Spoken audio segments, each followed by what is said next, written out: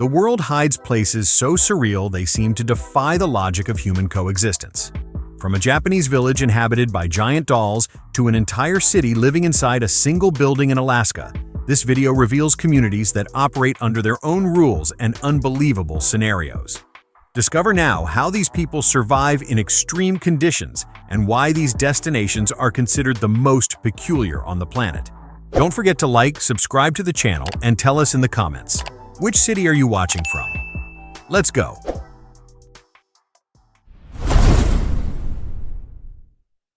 Nagoro in Japan.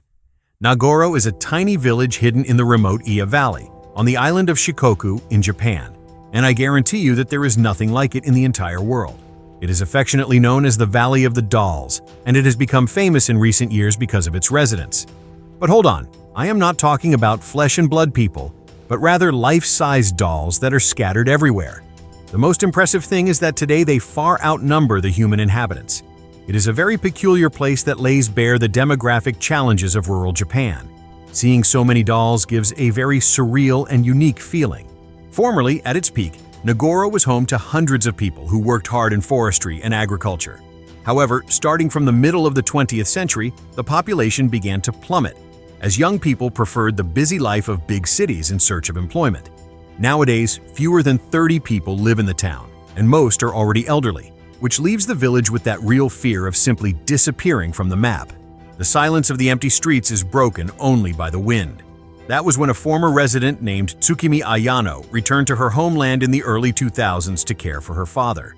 Feeling very sad at seeing the empty houses and abandoned streets, she had an unusual idea. She began to create life-size dolls as a tribute to everyone who had left. The first doll was made in the image of her own father and placed in the family fields, and soon others followed. Now there are more than 350 dolls scattered throughout Nagoro. Each of these figures was handmade by Miss Ayano, using only fabric, straw, and old clothes. Her dedication to reviving the village is moving. They are positioned in scenes that look like real life throughout the village, sitting at bus stops, working in the fields, or fishing by the riverbank, which creates a very strange and fascinating atmosphere as you walk through there. But look, the most chilling scene of all is the abandoned school, which has now been repopulated with dolls representing former students and teachers. In the classrooms, these figures sit in silence at their desks, serving as the strongest reminder of the community that once existed there and the changes caused by urbanization. Seeing the school full of silence brings a deep nostalgia. What the future holds for this place is still a great unknown, with a population that never stops aging and very limited resources. But in her own way, Miss Ayano has ensured that this neighborhood remains alive in the memory of those who passed through, making sure the story of Nagoro is never forgotten thanks to her dolls. It is impossible not to be moved by the sensitive way Miss Ayano found to combat loneliness, transforming the void of abandonment into an open-air art gallery full of memories. Slab City in California. Slab City is often called the last free place on Earth. And look, the nickname is no exaggeration at all.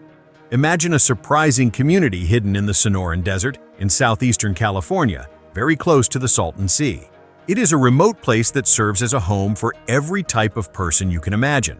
Artists, nomads, retirees, and anyone looking for an alternative lifestyle away from the rush. The name Slab City comes from the concrete slabs that remained from a former United States Marine Corps base, Camp Dunlap, which was abandoned shortly after the Second World War. Living without rules seems like a dream of total freedom. Over time, these slabs became the foundation for a community that governs itself and never stops attracting visitors and new residents. Now, what is really bizarre there is that there is no type of official government, public services, or basic infrastructure. There are no paved roads, no running water, and much less electricity. Isolation in the desert demands a lot of courage from the residents. Residents need to get by with solar panels, generators, and by carrying water from the outside to meet their basic needs. All this freedom from having no regulations or taxes has turned the place into a magnet for those who want to live outside the norms of traditional society. But, of course, this peace comes at a very high price, including extreme heat in the summer, very limited resources, and a total lack of police, which means the residents themselves need to solve their problems and maintain order. Surviving in the scorching heat is a heavy daily challenge.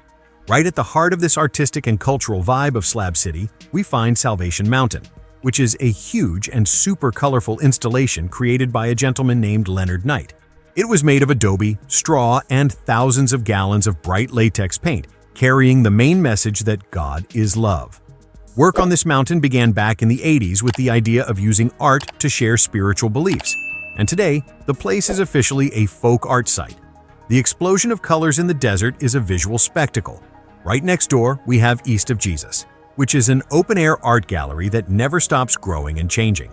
Different from any fancy gallery you have ever visited, East of Jesus is an open space where artists use recycled materials and things found in the trash to create sculptures and exhibitions. This shows very well the creativity and the ability of the residents to transform what would be discarded into something functional and expressive. Human creativity knows no limits, even in the trash. Life in Slab City is different from anything else you will find in the United States. The residents are known as Slabbers, and although they come from completely different worlds, they all share this deep desire for freedom and simplicity. Some live in recreational vehicles, trailers, or improvised shelters all year round, while others are seasonal residents who flee there in the winter to escape the freezing cold of the northern states. Even with such different life stories, the Slabbers are famous for working together to support each other, sharing the little they have, organizing community events, and taking care of the surrounding environment.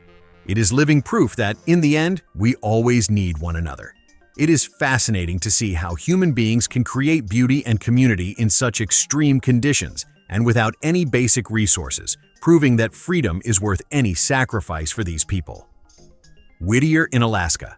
Whittier, Alaska is a small town located right near the waters of the Prince William Sound. And look, the place is a combo of incredible landscapes, a unique lifestyle, and a history that would leave anyone jaw-dropped. Its 300 residents live nature, community, and isolation in a way that you cannot find in any other corner of the map. The city was born during the Second World War, when the United States military decided to create a strategically protected port in the region. The location of Whittier, surrounded by steep mountains and accessible only by sea or by a single land route, made it the perfect hiding place. This led to the construction of the Anton Anderson Memorial Tunnel, a passage 4,200 meters long that crosses Maynard Mountain. To this day, this tunnel is the only land connection to the rest of the world. Crossing this dark tunnel gives you huge butterflies in your stomach. In the Army days, the city was crowded, with facilities built to house thousands of soldiers. After the military left in the decade of the 60s, it became a civilian city, but the architecture and the street design still scream its military past. Now, what is really out of the ordinary in Whittier is that almost everyone in the city lives in a single building called Bagach Towers. It is a former military barrack of 14 stories built back in the 50s. Think of the practicality: homes, offices, school, post office, market, and even a church, all under the same roof. This arrangement created a sense of community so strong that everyone knows each other by name. It might even seem cramped to some, but this design was a masterstroke to face the extreme climate of Alaska, which does not play around with heavy snow, constant rain, and winds that carry everything away. Having everything in one building is a dream for the lazy. With almost everything concentrated in this building, residents can avoid direct contact with the freezing cold, especially during the long and harsh winters. It is super common for people to spend days, weeks, and even months without setting foot outside the house. And it is for good reason. The city receives more than 500 centimeters of rain and more than 6 meters of snow every year, which makes Whittier one of the wettest places in all of the United States. This crazy climate gave the city the reputation of always being covered by a mysterious mist. But on the days when the sky decides to appear, the natural beauty around is breathtaking for anyone. The view of the snowy mountains makes up for any rainy day.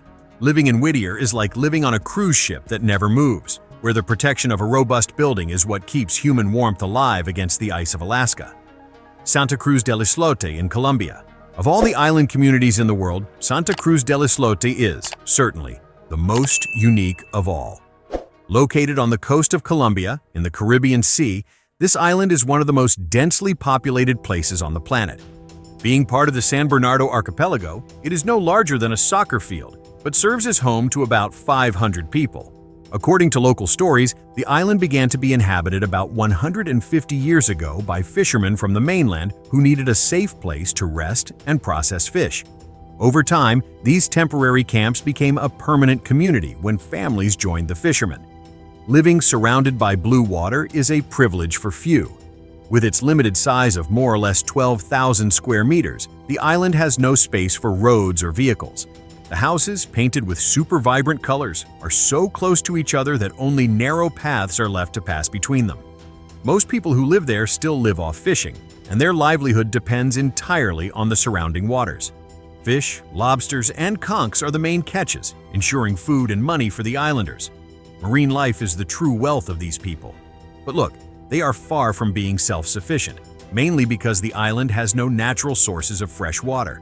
Therefore, drinking water must be delivered by boat coming from the mainland. Electricity comes from solar panels and the occasional use of generators, and many houses use rainwater collection systems to help with the supply. Tourism has also become an increasingly important part of the local economy in recent times. Visitors go there to feel this unique charm and see up close a lifestyle that is totally different from anything they have ever seen. Human warmth makes up for the lack of physical space. Even being so small, Santa Cruz del Islote has a very rich cultural tradition. Music, dances, and celebrations are the heart of their identity, and festivals bring everyone together in huge events throughout the year. However, the rise in sea level and coastal erosion threaten the future of the island, not to mention the impact of trash and predatory fishing. Without a healthy ecosystem in the water, there will be nothing left to fish and sell. Because of this, efforts already exist to solve these problems, such as partnerships with non-governmental organizations and government initiatives to promote sustainable practices, protect marine habitats, and improve living conditions there. Preserving this compact paradise is a duty for all of us. It is admirable how so many people can live in total harmony and joy in such a small space, proving that happiness does not depend on large expanses of land. Coober Pedy in Australia. Coober Pedy is a small town in southern Australia that surely wins the trophy for one of the strangest communities in the world. It is world famous as the opal capital because of its gigantic mining industry for this precious stone and, primarily, for its underground lifestyle. The name of the city comes from the Aboriginal term Coober Pedy, which translated means something like man in the hole, a direct reference to the history of the place as a miner's settlement. It all started in 1915, when a teenager found the first opals there, attracting a crowd of miners wanting to get rich with these shiny stones. Today, the city is the largest source of opals on the planet, producing jewelry of the highest quality that is desired all over the world. Having precious stones in your backyard is anyone's dream. But do not think it was just a matter of arriving and picking up opals lying around on the ground. No. The folks who moved there realized very quickly that they would need a new way of living so as not to fry in the desert. With temperatures that easily pass 40 degrees Celsius in the summer, the solution was to dig. Currently, the population of about 2,000 people lives for the most part in dugouts, which are houses carved directly into the soft sandstone. These underground structures work as a natural thermal insulator, keeping everything cool in the extreme heat and warm during the winter. Living underground seems like something out of a science fiction movie. But it is not just the houses that are hidden underground.